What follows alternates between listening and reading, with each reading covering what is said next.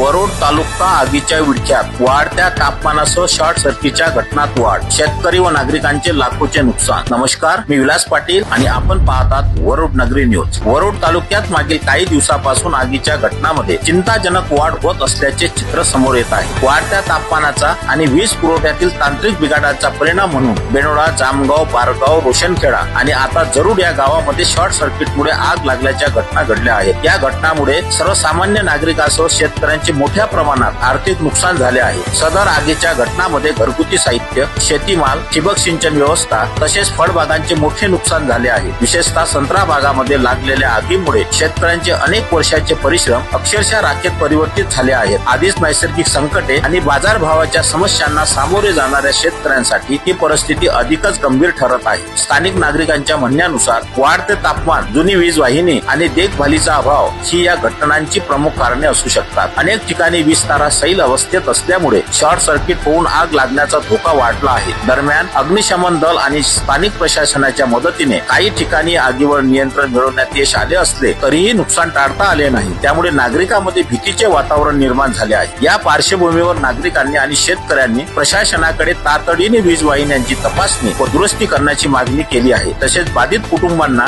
आणि शेतकऱ्यांना त्वरित आर्थिक मदत देण्याची गरज व्यक्त केली जात आहे। उन्हाळ्याच्या पार्श्वभूमीवर नागरिकांनी विजेच्या उपकरणाचा वापर करताना दक्षता बाळगावी, तसेच शेतात किंवा घराजवळ ज्वलनशील वस्तू साठवताना विशेष काळजी घ्यावी असे आवाहन प्रशासनाकडून करण्यात आले आहे। एकंदरीत वरोड तालुक्यातील वाढत्या आगीच्या घटनांनी गंभीर रूप धारण केले असून यावर तातडीने उपाययोजना न केल्यास परिस्थिती अधिक बिकट होण्याची शक्यता व्यक्त केली जात आहे। अशाच ताज्या व नवनवीन बातम्या पाहण्यासाठी आमच्या चॅनलला सबस्क्राईब करायला विसरू नका।